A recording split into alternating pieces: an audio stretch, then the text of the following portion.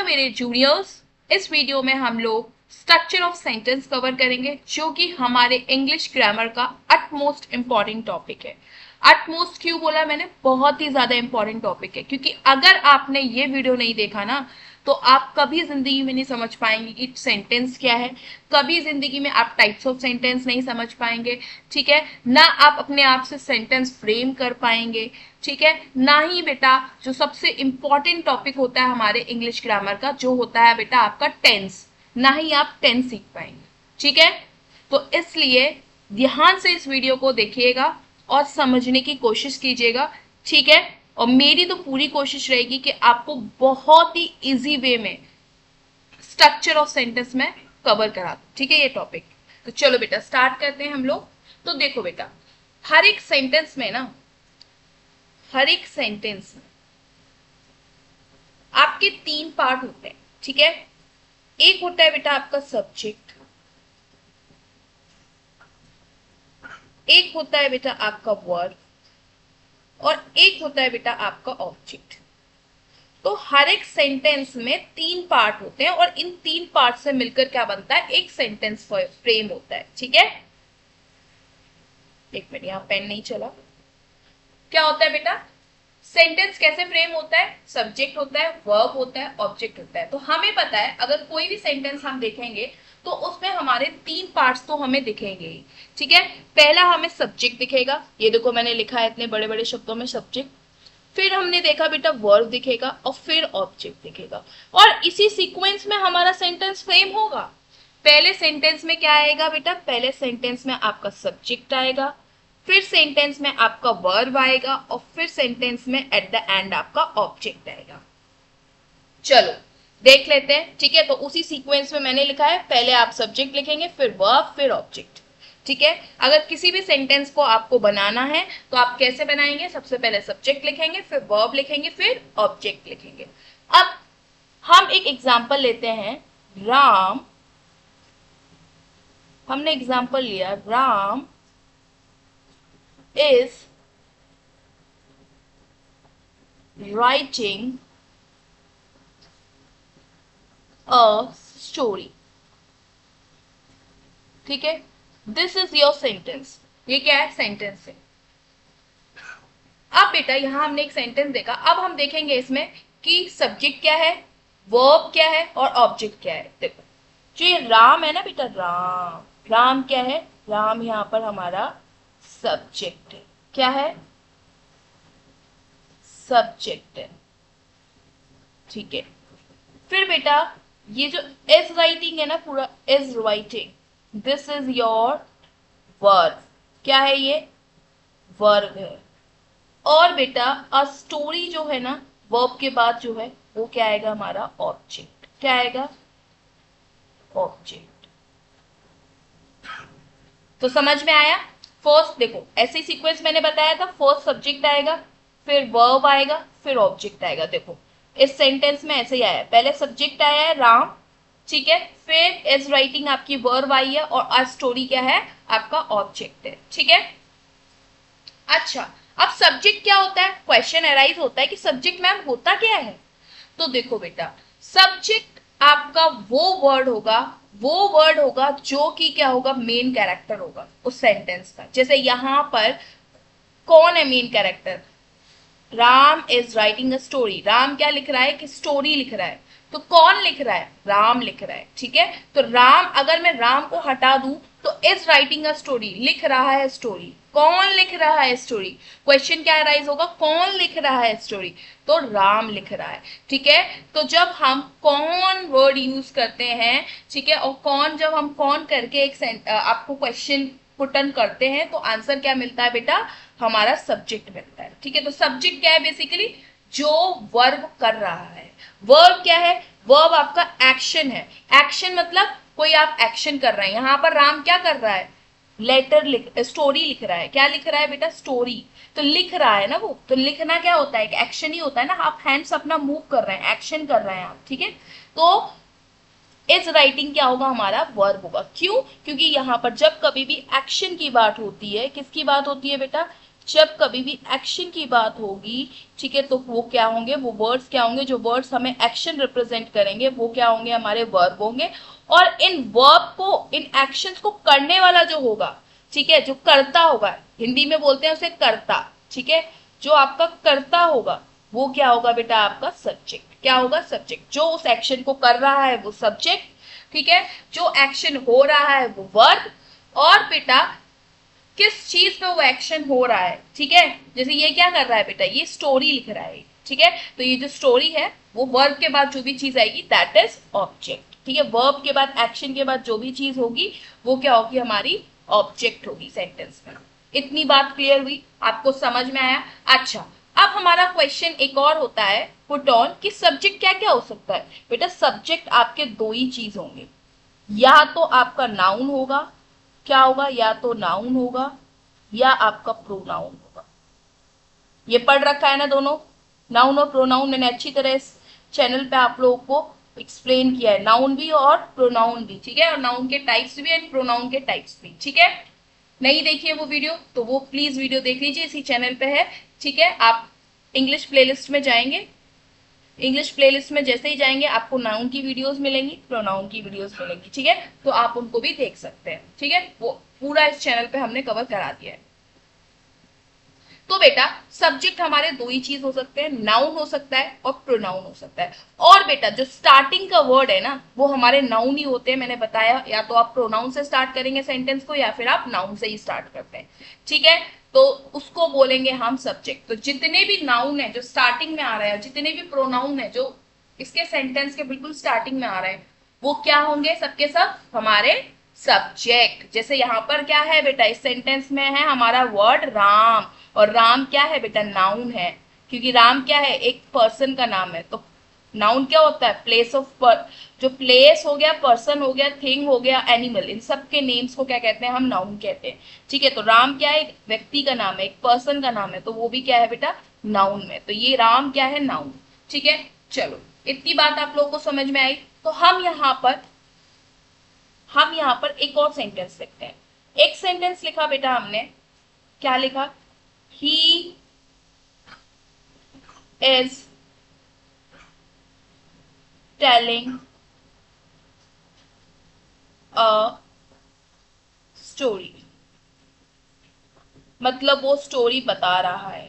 तो ही, word is he क्या है, प्रोनाउन है, और प्रोनाउन मैंने क्या बताया था, सब्जेक्ट होगा। तो ही क्या है, सब्जेक्ट है, ठीक है।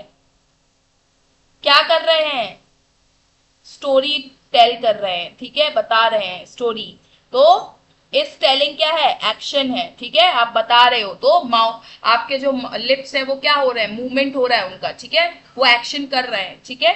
तो इस telling is what, is your verb, क्या है, वर्ब, क्योंकि सब्जेक्ट के बाद क्या आता है, वर्ब, फिर प्लस, फिर मैंने क्या बताया, वर्ब के बाद क्या आएगा, ऑब्जेक्ट। अ स्टोरी क्या है बेटा, अ स्टोरी जो है वो आपका क्या है, ऑब्जेक्ट।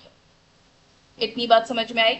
आप लोग पहचान लेंगे कि सब्जेक्ट क्या है, वर्ब क्या है, ऑब्जेक्ट क्या है सेंटेंस में। इतनी बात आपको क्लियर हो गई होगी मेरे हिसाब से, ठीक है। चलो अब बेटा यहाँ पर एक क्वेश्चन और आता है जो मुझे आपको डिस्कस करना है आपके साथ। बहुत से बच्चों को पता होगा, कुछ बच्चों को पता नहीं होगा। जो हमारे वर्ब होते हैं ना, वर्ब भी हमारे दो टाइप के होते हैं। Verb is further divided into two types.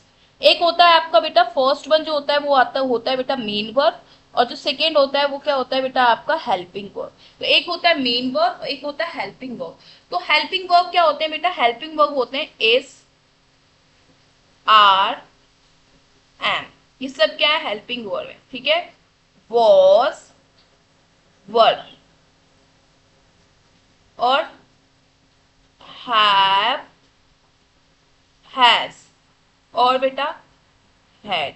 ये सारे की सारी चीजें क्या है बेटा, ये जितने भी आपको वर्ड्स दिखेंगे, ठीक है, ये सब क्या है बेटा, आपके हेल्पिंग वर्ब्स है। क्या है बेटा, हेल्पिंग वर्ब्स है। और मेन वर्ब क्या होता है, जो मेन काम हो रहा होता है। जैसे यहाँ पर मेन काम क्या हो रहा है, Ram is writing a story, Ram लिख रहा है स्टोरी, तो लिखना, लिखना मेन काम है, ठीक है। तो इज हटा देंगे, इज क्या है हमारा यहाँ पर, इज जो है वो है बेटा हमारा हेल्पिंग वर्ब। क्या है, हेल्पिंग वर्ब, ठीक है। और जो मेन वर्ब है वो क्या है हमारा, राइटिंग। तो राइटिंग क्या है बेटा हमारा, मेन वर्ब। ठीक है, समझ में आया है सेंटेंस में। जो राइटिंग है वो हमारा मेन वर्ब है, और इज क्या है हमारा, इज है हमारा हेल्पिंग वर्ब। ठीक है, और हेल्पिंग वर्ब और मेन वर्ब को मिलाकर बन रही है हमारी सेंटेंस की वर्ब। ठीक है, इतना समझ में आया। तो आप पहचान लोगे मेन वर्ब क्या है और हेल्पिंग वर्ब क्या है। ये जितने भी आपको वर्ड्स दिखेंगे, ठीक है, ये सब क्या होंगे, आपके हेल्पिंग वर्ब होंगे। और मेन वर्ब क्या होगा, जो उसके साथ जो वर्ड लिखा होगा, जो एक्शन एक्चुअल में उस सेंटेंस में हो रहा होगा, ठीक है, वो होगा हमारा वर्ब। चलो, अगर इतनी बात आप लोग को समझ में आई है तो मैं एक क्वेश्चन आपको ट्राई करने के लिए दे दूं। चलो दे देती हूँ। ओके, जस्ट अ मिनट, मैं इसको रेज कर दूं। एक मिनट।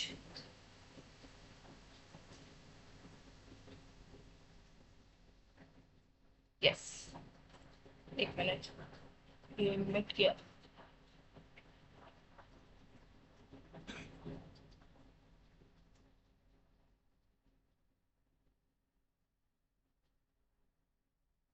हेल्पिंग, ठीक है। चलो, यहां पर आप क्वेश्चन लिखो, और इसका आंसर आप लोग क्या करोगे, जो प्रैक्टिस के लिए बेटा मैं क्वेश्चन दे रही हूँ आपको, 2 क्वेश्चन दे रही हूँ प्रैक्टिस के लिए। आप इनका आंसर मुझे कमेंट बॉक्स में लिखोगे और बताओगे सब्जेक्ट क्या है, वर्ब क्या है इसमें सेंटेंस में, और ऑब्जेक्ट क्या है। ठीक है, जैसे आप कैसे लिखोगे मैं एक क्वेश्चन करके दिखा देती हूँ। जैसे मैंने क्वेश्चन लिखा, सिया is studying, एक मिनट,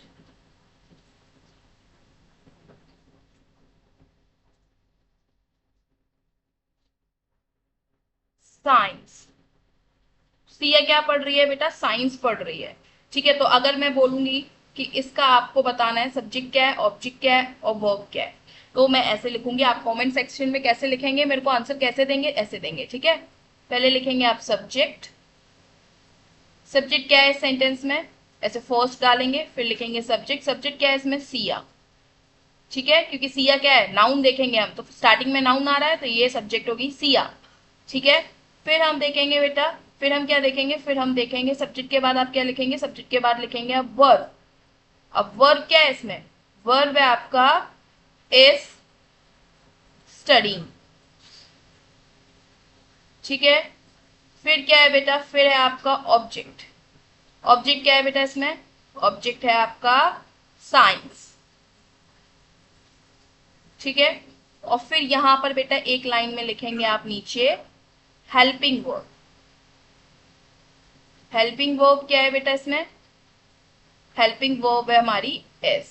ठीक है, इतना आप आंसर में कमेंट बॉक्स में लिखेंगे। अगर मैं आपको एक सेंटेंस दूंगी, जैसे ये सेंटेंस मैंने दिया, तो आप ऐसे आंसर मुझे करेंगे, सब्जेक्ट में क्या है, वर्ब में क्या है, ऑब्जेक्ट में क्या है, फिर हेल्पिंग वर्ब में क्या है। ठीक है, इतनी चीज आप लिख के देंगे, कर लेंगे आप। चलो, आप लोग स्मार्ट हैं, समझ गए होंगे।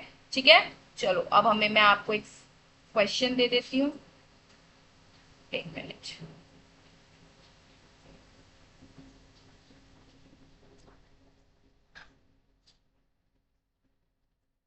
क्वेश्चन लिखो, क्वेश्चन नंबर आपका है, क्वेश्चन फॉर प्रैक्टिस। कौन सा क्वेश्चन है, क्वेश्चन नंबर है आपका 1। क्वेश्चन नंबर 1 लिखो, she is doing, she is doing well in her exam. ठीक है, मतलब वो अपने एग्जाम में क्या कर रही है बेटा, अच्छा कर रही है। ठीक है, इसका मतलब ये हुआ। तो इसमें आप क्या मुझे बताएंगे, इसमें आप मुझे बताएंगे सब्जेक्ट, वर्ब और ऑब्जेक्ट। ठीक है, चलो दूसरा क्वेश्चन लिखो। 2 क्वेश्चन देने के लिए बोला था ना मैंने, तो 2 ही क्वेश्चन दूंगी आपको, ज्यादा आपको वर्डन नहीं करूंगी। ठीक है, तो 2 क्वेश्चन आपको चलो सेकेंड क्वेश्चन जो है वो है, आप लिखिए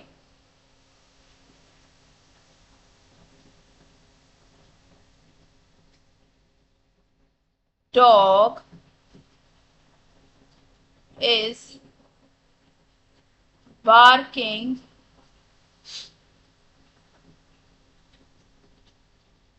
barking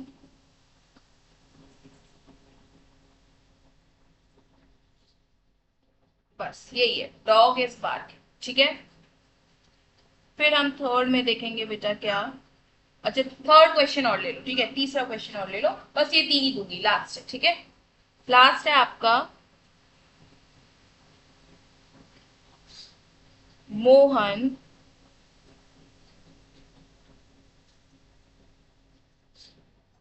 and Sohan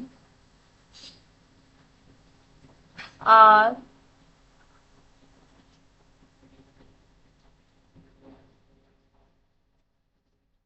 making making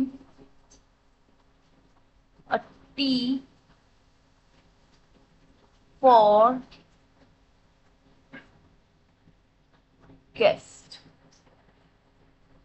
ठीक है, this is your third sentence, जिसमें मोहन एंड शोहन दोनों क्या कर रहे हैं, टी बना रहे हैं, चाय बना रहे हैं, किसके लिए, फॉर गेस्ट, गेस्ट के लिए। ठीक है, और यहाँ पर है बेटा second question, dog is barking, dog क्या कर रहा है, बार्क कर रहा है, भौंक रहा है। ठीक है, ये आपका सेकंड सेंटेंस है। इसमें आप क्या बताओगे मुझे, इसमें मुझे आप ये तीनों आइडेंटिफाई करोगे, सब्जेक्ट, वर्ब और ऑब्जेक्ट और हेल्पिंग वर्ब। ठीक है, इतनी चीज आइडेंटिफाई करके आप मुझे कहाँ इनके आंसर्स लिखोगे, कमेंट सेक्शन में। ठीक है, और मैं चेक करूंगी। ठीक है, और इससे मुझे पता चलेगा कि आप लोग कितना समझे हैं।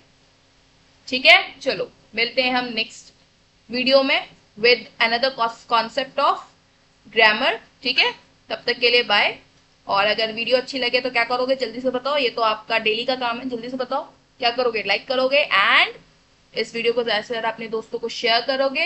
एंड बेटा अगर हमारे साथ ऐसे ही आपको इंग्लिश पढ़नी है तो क्या करना पड़ेगा, इस चैनल पे बने रहना पड़ेगा, और बने रहने के लिए क्या करना पड़ेगा, बोलो बोलो जल्दी बोलो, सब्सक्राइब करना पड़ेगा। ठीक है, तो इस चैनल को सब्सक्राइब कर लेना, ताकि आप लोगों को आगे भी, ठीक है, जितने भी हम वीडियोस अपलोड करेंगे इंग्लिश से रिलेटेड, ग्रामर से रिलेटेड, वो सब आपको अवेलेबल हो जाएंगे। ठीक है, और आप इंग्लिश फर्राटेदार बोलने लगोगे। देखो जल्दी जल्दी सीख के क्या करोगे, फर्राटेदार इंग्लिश बोलने लगोगे, इंग्लिश में सबको बीट कर जाओगे। ठीक है, हमको भी कर जाओगे। ठीक है, आगे चल के, चलो ठीक है, बाय, मिलते हैं हम नेक्स्ट वीडियो में। Till then bye, keep studying, work hard and stay motivated and stay tuned with this channel.